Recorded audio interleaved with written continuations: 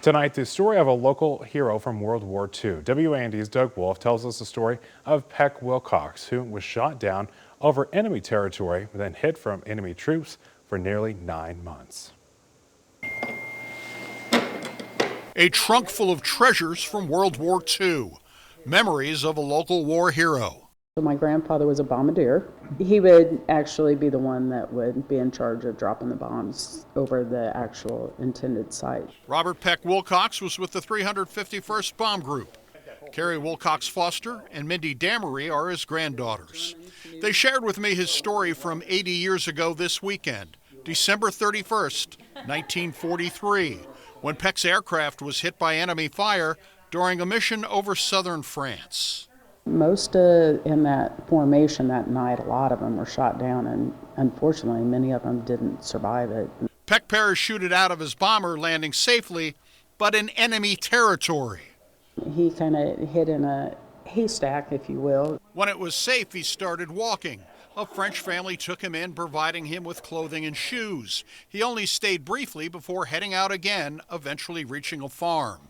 So they take him in the house, and that is where he stayed for almost the next 9 months. So they hid him in their house, and again, risking everything because the Germans would go up and down the road during the day. Back at home, Peck's parents got a telegram in mid-January of 1944. They received a telegram that said, your son is missing in action, and no further word.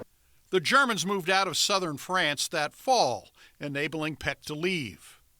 The neighbors, everybody else, no one knew he was there, ever. Making it to Great Britain, he was finally able to send a telegram home to Blue Mound. Alive and well, will write soon. Write me at my old address. Peck came back to the United States, where he delivered mail in Macon County. He was a U.S. postal carrier for 22 years, rural. So he delivered the mail here. In 2015, Carrie was able to visit the town where Peck hid from the Germans decades ago. France was celebrating the 70th anniversary of the end of World War II, so they picked about 4 stories and 4 families to honor. A local hero remembered by his family 80 years after being shot down.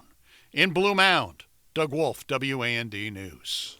Peck Wilcox passed away in October of 1999. He was 82.